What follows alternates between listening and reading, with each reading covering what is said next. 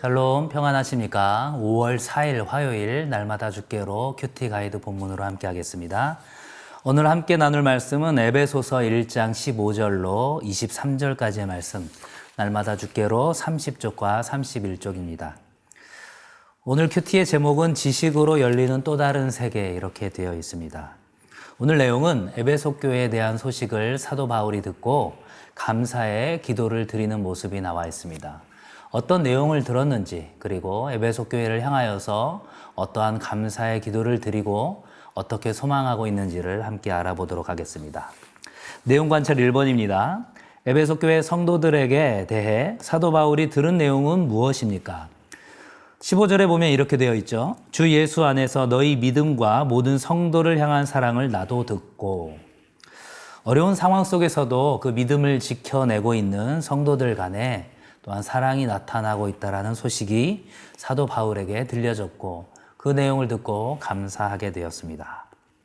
2번입니다. 사도 바울이 에베소 교회 성도들에게 소망하는 바는 무엇입니까? 17절부터 19절까지 나와 있는 내용을 한마디로 이야기하면 사랑하는 에베소 교회 성도들이 하나님을 더욱더 알게 되기를 소망한다라는 것입니다.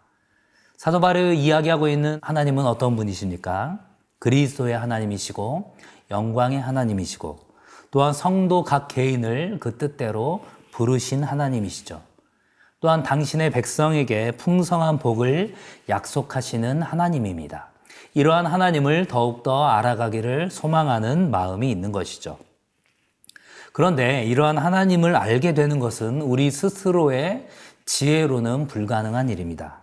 지혜와 계시의 영, 그 성령 하나님께서 우리에게 임재하시고 우리의 죄악된 영혼을 회개하게 하시고 또한 밝혀주실 때, 성령의 조명하심이 있을 때 이 모든 것들을 우리가 깨닫게 되는 것입니다. 3번 문제입니다. 하나님의 능력이 그리스도 안에서 행하신 일은 무엇입니까? 20절부터 22절까지의 내용을 보시면 먼저 20절에는 예수 그리스도의 부활과 승천, 그리고 하나님 우편에 계심을 설명을 하고 있죠. 21절은 어떻습니까? 세상의 모든 권세자들보다도 뛰어나게 하셨다고 말씀하고 있습니다. 또 이어지는 22절은 어떻습니까? 만물을 그리스도의 발 아래에 두시고 교회의 머리로 삼으셨다라고 말씀하고 계시죠.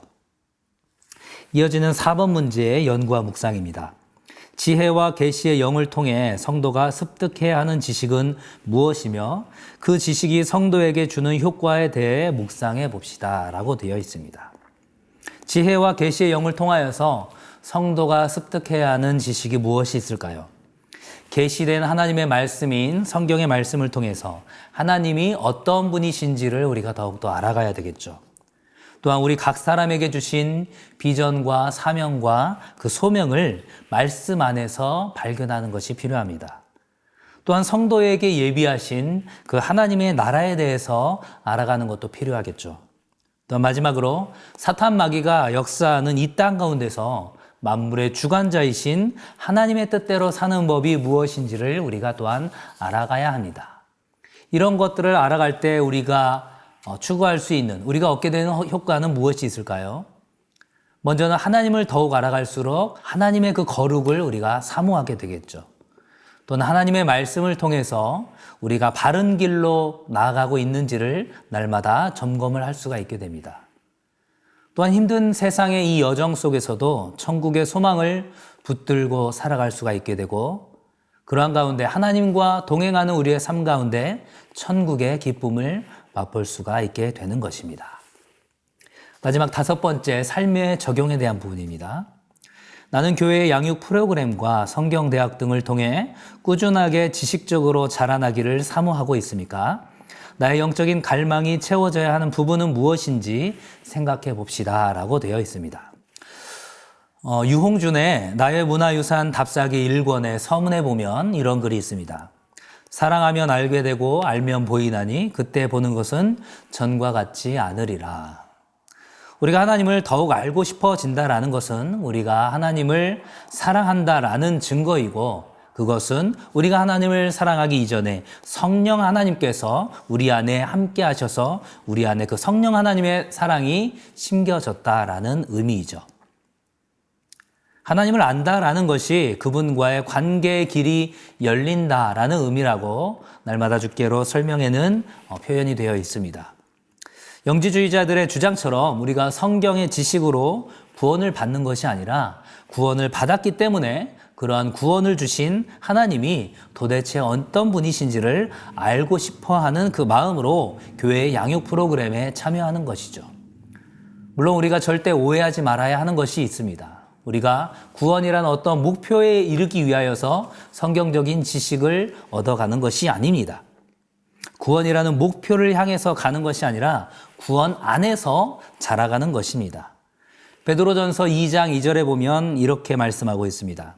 갓난 아기들 같이 순전하고 신령한 젖을 사모하라. 이는 그로 말미암아 너희로 구원에 이르도록 자라게 하려 함이라. 구원에 이르도록 자라게 하려 한다라는 것이 구원이라는 목표를 향해서 끊임없이 나아간다라는 것이 아니라 구원 안에서 자라간다라는 것입니다. 영어로는 in your salvation 이렇게 되어 있는데 그 구원 안에서 우리가 더욱더 자라가는 것, 그것을 하나님께서 바라신다라는 것입니다. 지혜와 계시의 영을 통하여서 우리에게 하나님께서 말씀하시는 것들을 깨달아 알게 되고 하나님이 어떤 분이신지를 더욱더 알아가는 오늘 하루의 삶이 될 수 있기를 주님의 이름으로 간절히 축원합니다. 감사합니다.